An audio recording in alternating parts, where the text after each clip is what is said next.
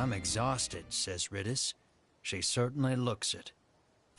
Bruno is silent and looks deep in thought. As you head into the village after your friends, another headache splits your skull. This place. Something about it is triggering a memory that feels like it's trying to claw its way out of your brain.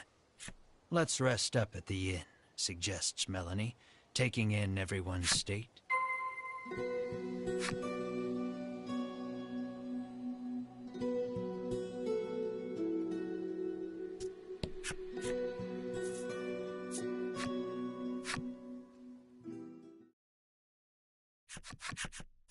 At dinner time, you and your friends gather around the table. For a while, it's quiet, but then Melanie speaks up. Now that the dragon's been defeated, she says, what are we going to do?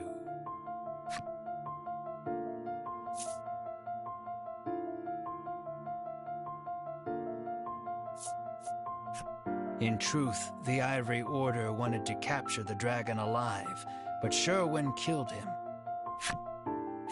You can't help feeling the Ivory Order is still hiding something about this island, the dragon and the medicine. We might want to look into this island a bit more, suggests Melanie.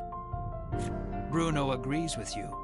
They call this place Mount Medica. Something tells me there are still secrets to uncover. Whether you go after the Ivory Order or investigate the island, first and foremost, you need information. The Overseer should be pretty knowledgeable about the island, reasons Melanie. You decide to pay a visit to the Overseer after a good night's rest.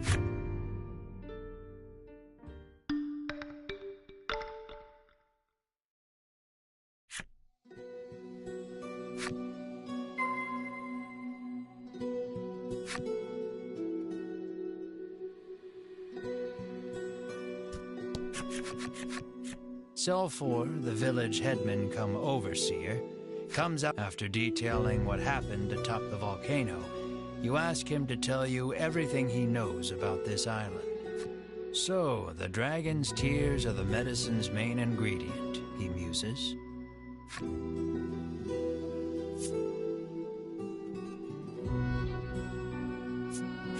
You ask Selfor what the deal with this island is. After a moment, he begins speaking in a quiet voice. He tells you about the medicine factory here on the island that the Ivory Order oversees, and that this village was founded in order to provide a steady supply of human test subjects for their new medicine. Now that you know the truth about the island and the village, you turn to Selfor and pose further questions.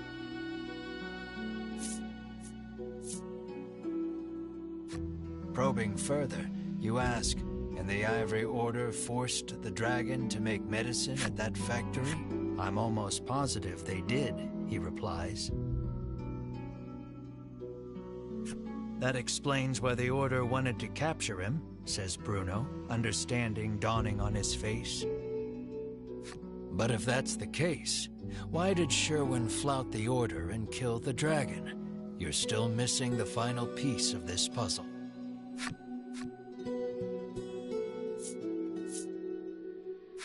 What do you mean, testing new medicine, you ask?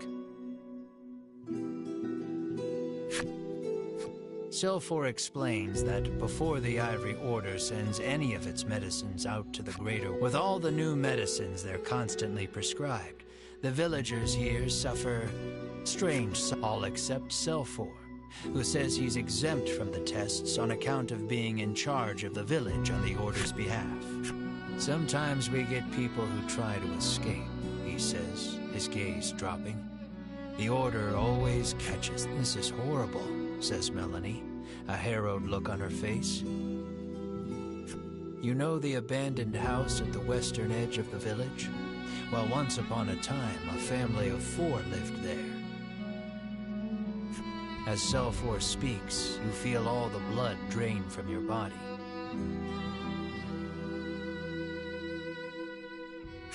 There's something I'd like to see for myself at that house, you say, your brow creased.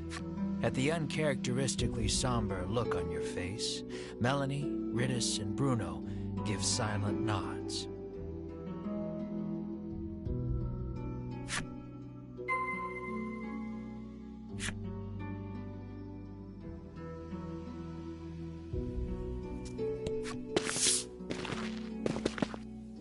You stand before the dilapidated house. It looks like no one's lived here for a long, long time.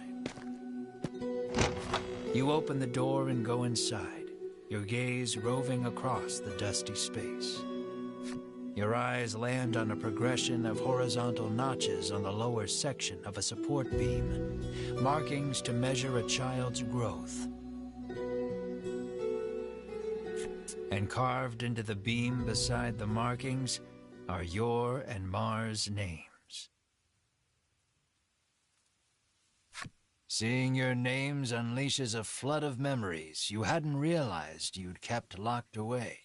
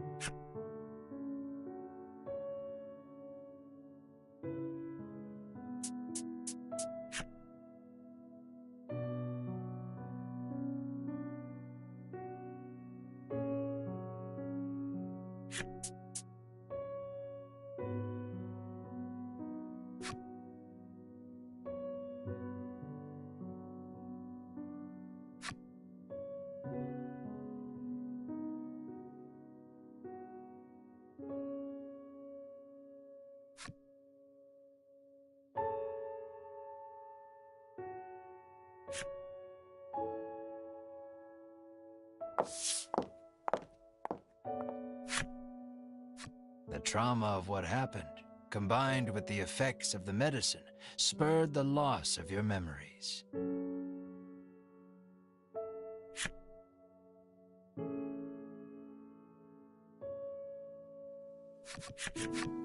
But now you remember the horror in full detail. Sobbing, you gather Mar in your arms.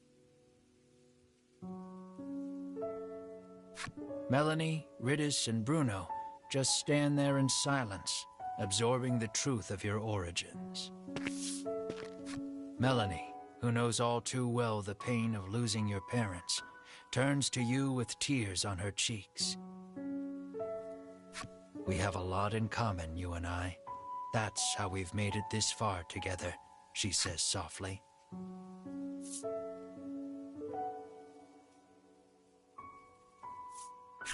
Moved by her kindness, you give her a silent nod.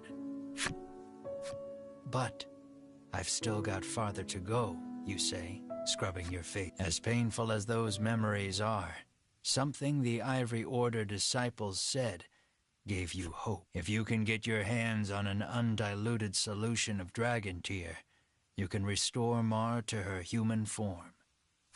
And what was that about the place they called the mausoleum?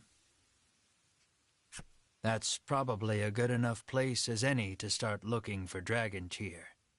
Melanie doesn't miss the determination that blooms on your face. Whatever it is you need to do, she says, I'm with you.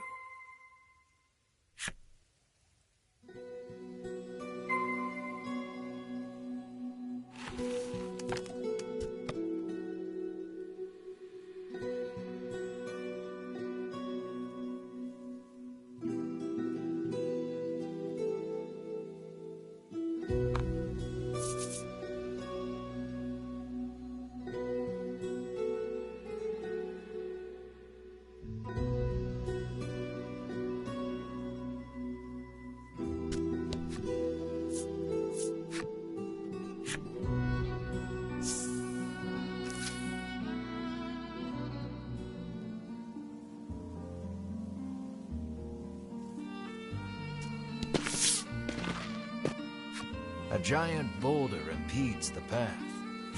Who do you see but the Ivory Order trio? In a flash, you draw your weapons, but Hedwyn calls out, "Wait." Unlike the other times you've crossed paths, the trio doesn't seem keen on fighting you. You lower your weapons in response. Conveniently, you've got some questions for them anyway.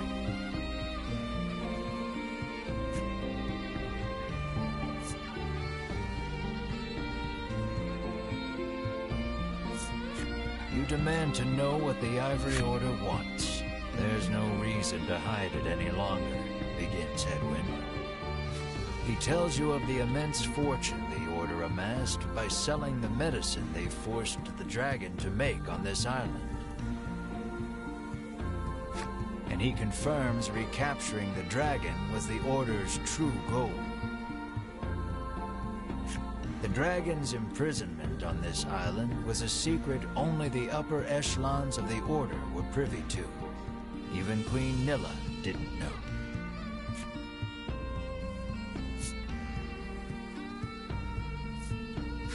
You ask where Sherwin disappeared to after he killed the dragon atop the volcano.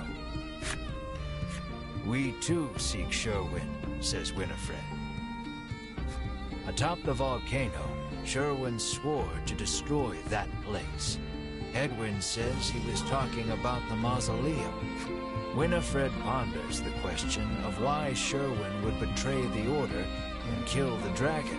Alas, we cannot get to the mausoleum with this in our way, Hedwyn says, gesturing to the... Upon closer examination of the boulder, you see fissures spidering along its surface. Perhaps it was weakened by the earthquake caused by the volcano erupting. With the right approach, you might be able to force your way through after all.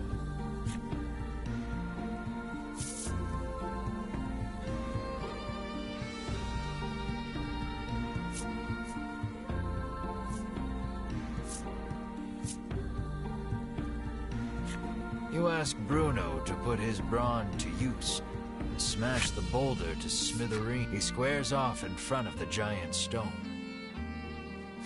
and strikes the fissure with a mighty knife-edged chop. Silence rings for a moment before the boulder crumbles to dust. The Ivory Order trio offers a curt thanks before hurrying on ahead. The jerks.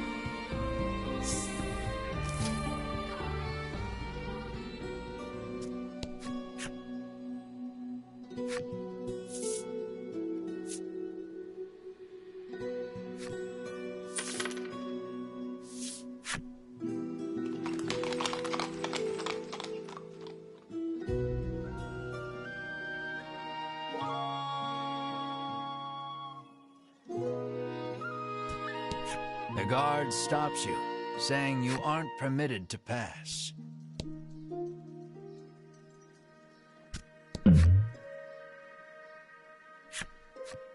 Changed your mind, have you?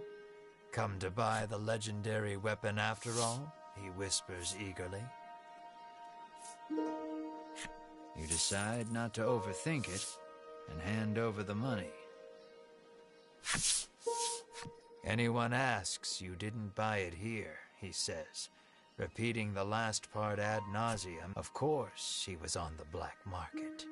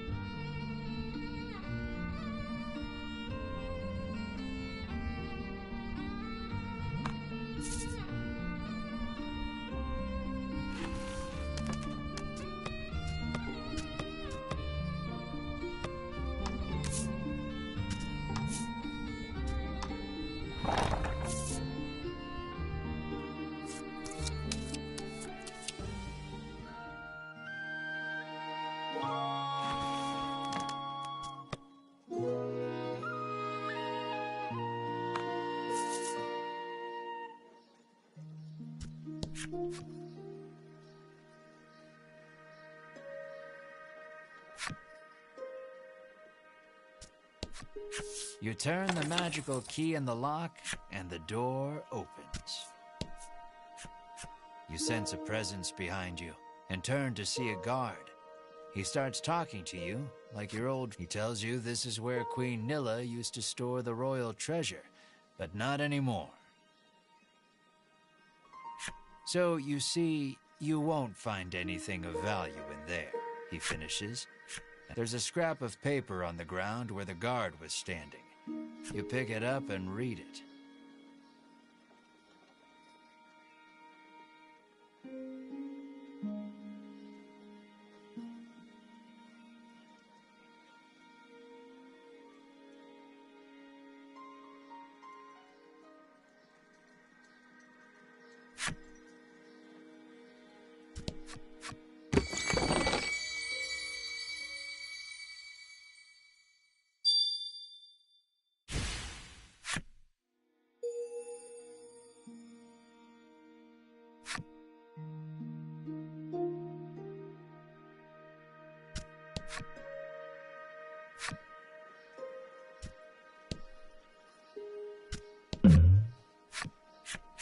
I'm closed for now. Don't bother coming back. The guards have cottoned on to his illegal weapons trade. You shan't be buying from him again.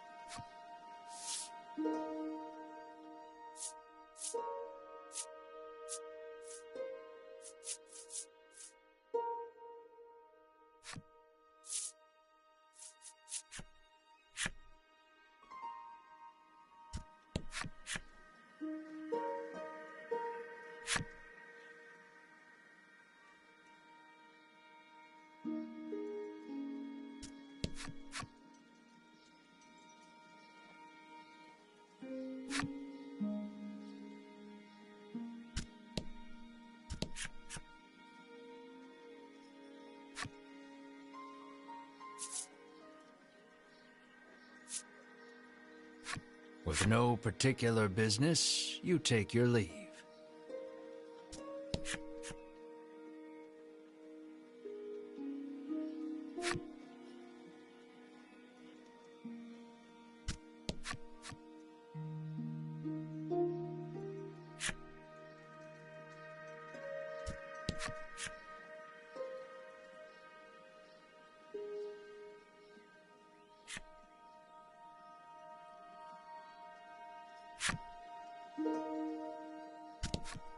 Nothing holds a candle to Ivory Order medicine, proclaims the woman, swigging this curative and that.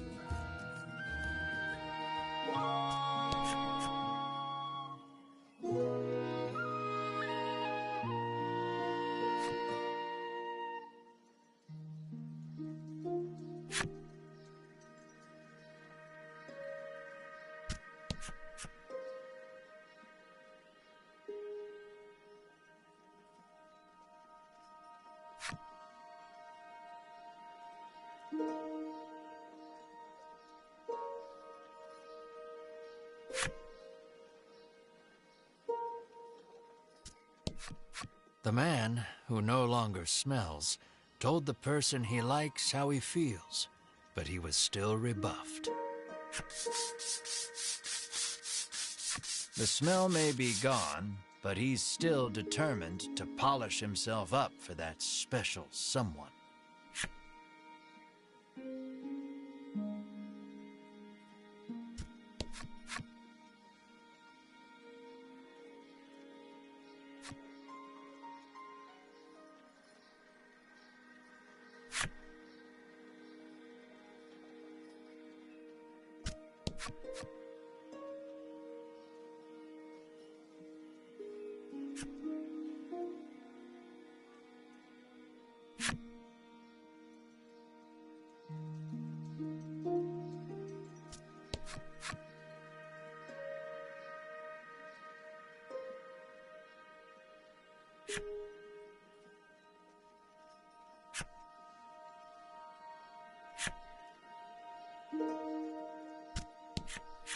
Place where human and monster coexist. Cypri sighs in longing.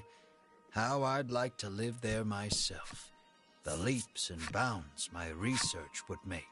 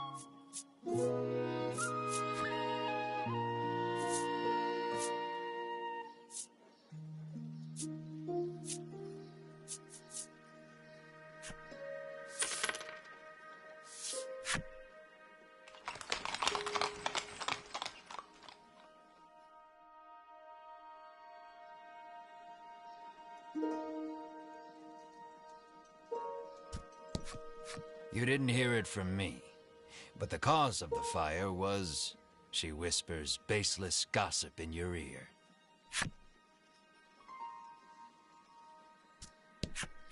Apparently she's heard rumors of the dragon destroying another town somewhere. The girl heaves a sigh of relief after learning the fire wasn't the dragon's doing.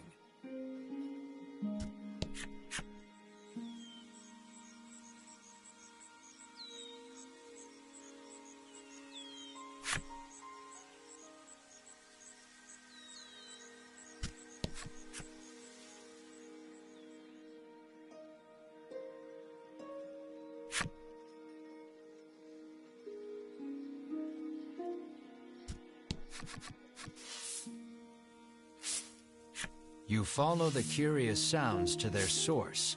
Our resident well water. He digs and digs, but no water is forthcoming. Melanie beseeches you to help the poor man. But well digging was forbidden by our ancestors long ago. You've heard the legends, you protest. How is that the best lie you can come up with? She snaps back, appalled. The man turns towards you both, oblivious to the squabble playing out before him. Do you have any salve that might ease my pain, he asks. You hand the man some salve.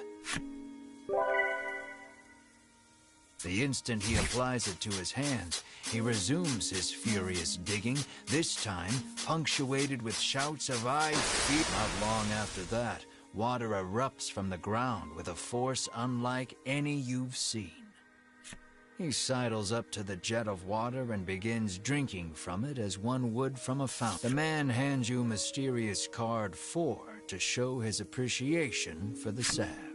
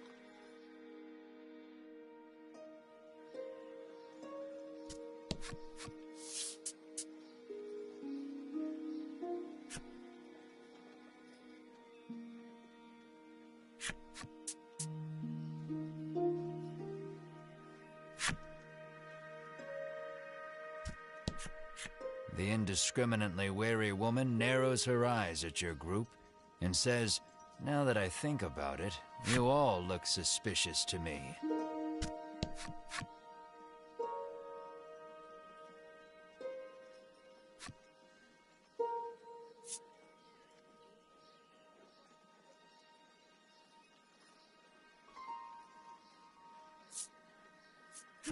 Having no interest in children's picture books, you continue on your way. The headman's guilty pleasure of eating monsters has reached the ears of the people, and the man looks sad, saying he cannot believe no one realized he was eating children. Lappy seems pretty disappointed about promising Melanie not to go with you to slay the dragon.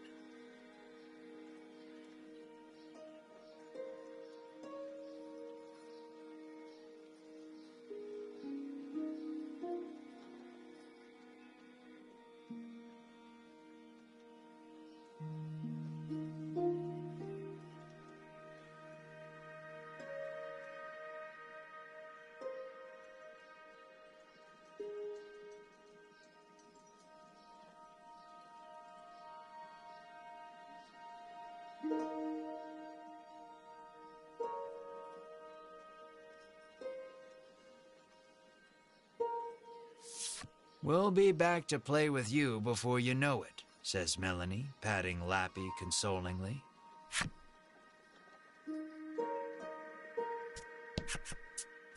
The girl sighs. "You're dirty again," she says, wiping Mr. Flobby's cousin, Mr. Globby.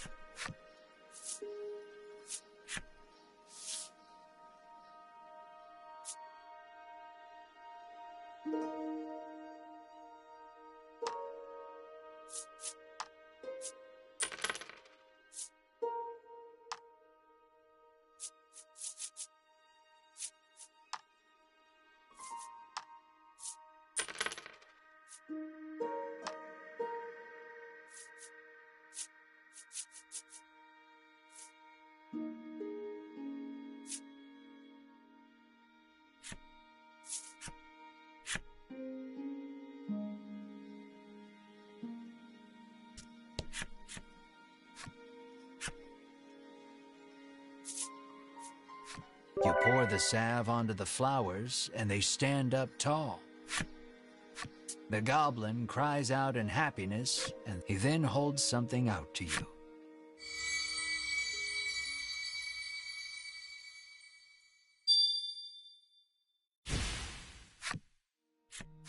The goblin stares lovingly and gobbles them up. Healthy flowers are the tastiest, he proclaims in glee. Did he grow those flowers just to eat them?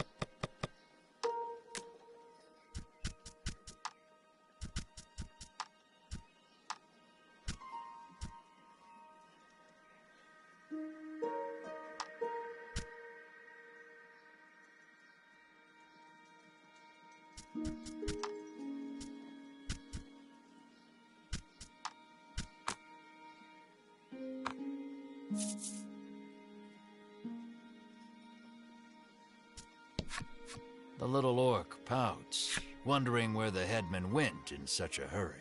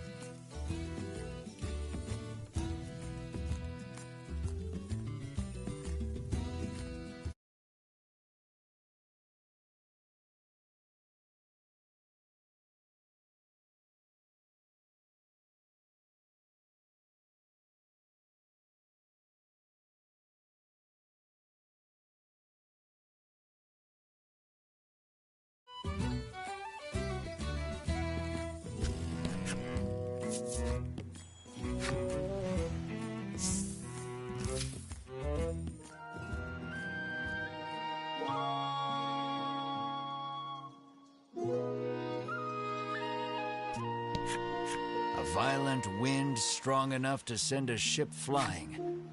The night trembles in fear of the dragon's power.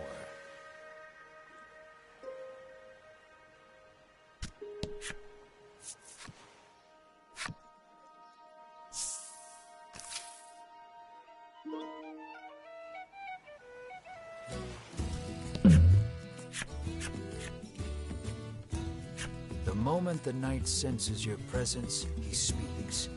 You there. I wish to challenge you in a contest of strength. It seems he has deemed you a worthy opponent. Stealing your resolve, you draw your sword from its sheath.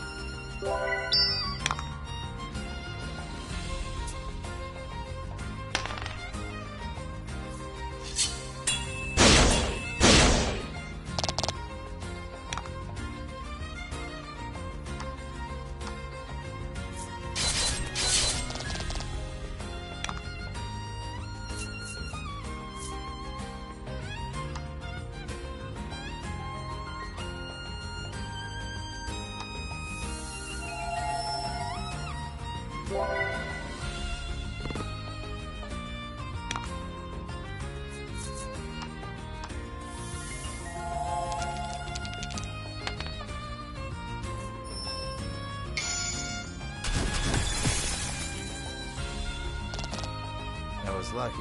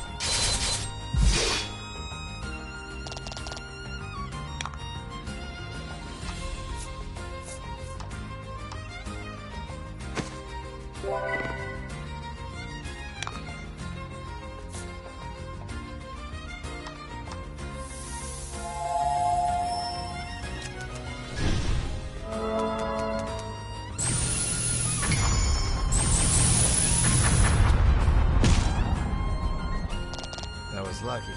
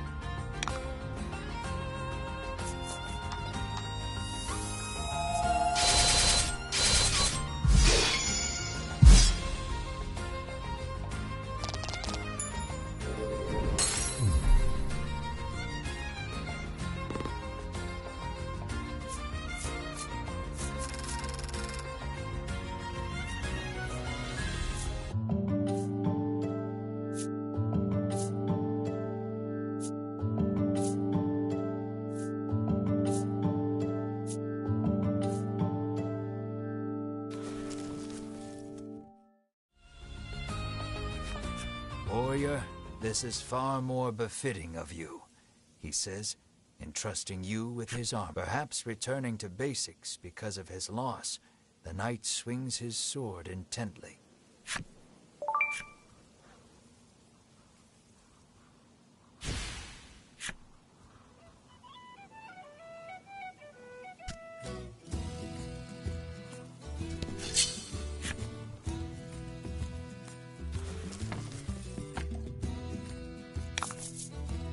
Don't hold back.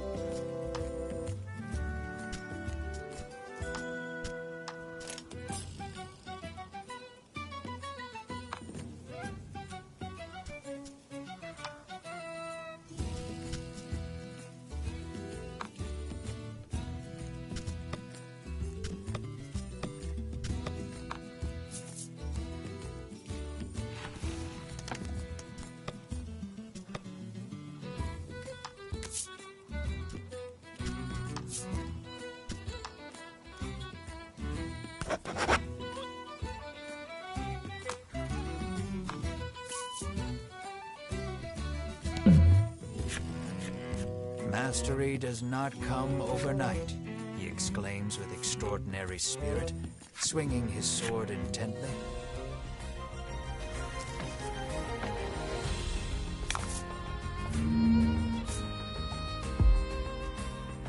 Let's do this.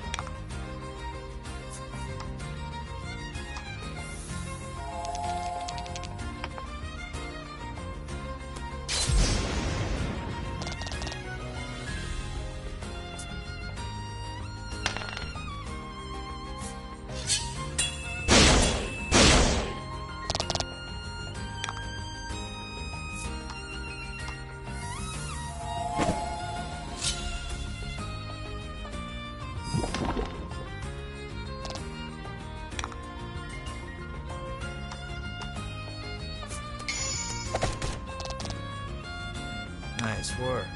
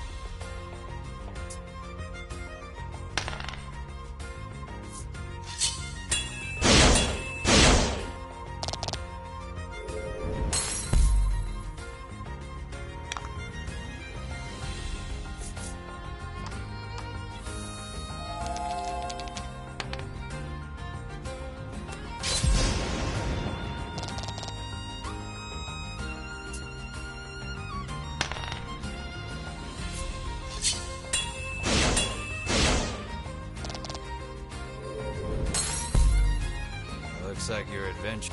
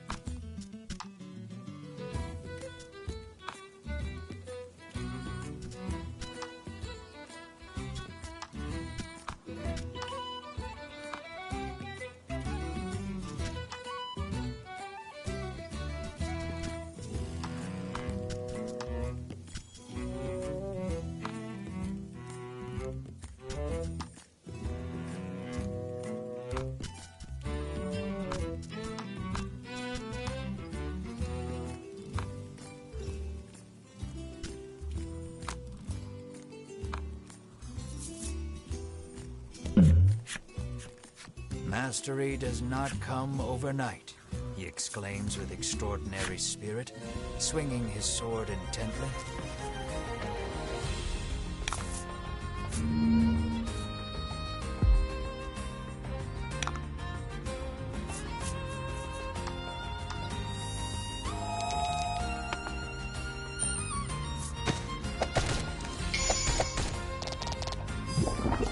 Nice work.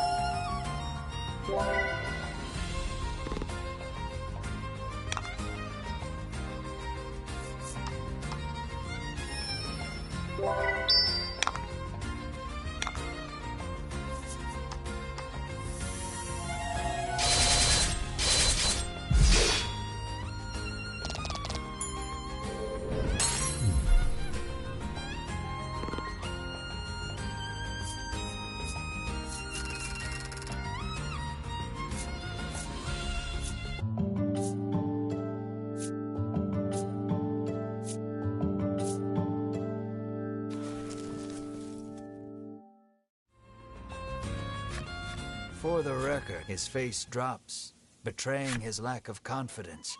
He turns away from you and begins swinging his sword once more.